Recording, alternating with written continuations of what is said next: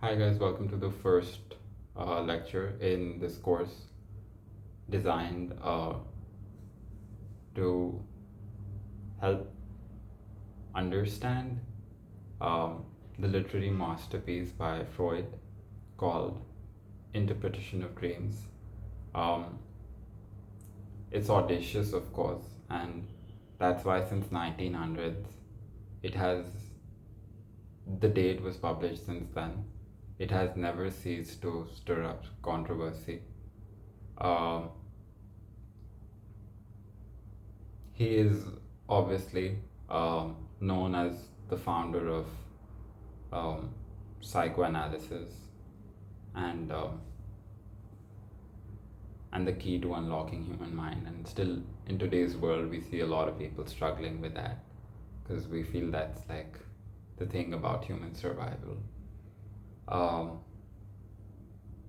Because even today on the internet, we see a lot of people doing these campaigns about things like, oh, screen time is doing this, that is doing that, that is doing that. And that kind of reminds me a lot of Plot CCT and um, User's work, Tender Plays, stuff like that. Because um,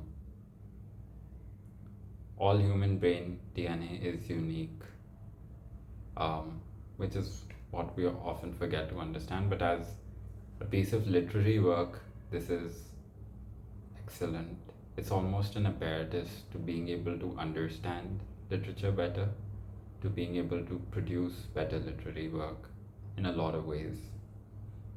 In its essence, Sigmund Freud's interpretation of dreams is about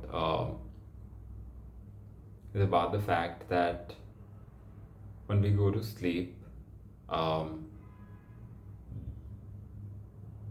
the beast within the unconscious mind, it unleashes, and so we see what we see because in form of dreams, because it is inside us. But we know a lot of people in today's world who have problems with dreams. Some of them have also seen therapists and stuff like that. Um, but but it doesn't help them. I'm not saying that it's not sometimes that a dream is not a product of something that we may have had in our subconscious mind. But then there are also all of these things, right? That sometimes people see dreams and they don't understand what they mean. So it's not always,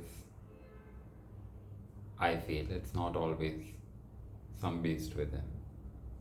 Um, and for me, this piece of work is more like an apparatus to understanding literature better in its creation and interpretation.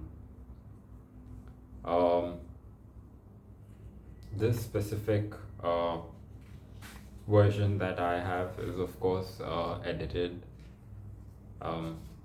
You will all find edited versions only here and there today. Um, and and yeah, just be careful of the version that you pick, because there are lots of people out there with let's say the resource or the opportunity to be able to publish a book, print a book, whatever. And so that kind of leads to a lot of spread of misinformation, stuff like that. Then internet, of course, as we know, is not the most reliable resource.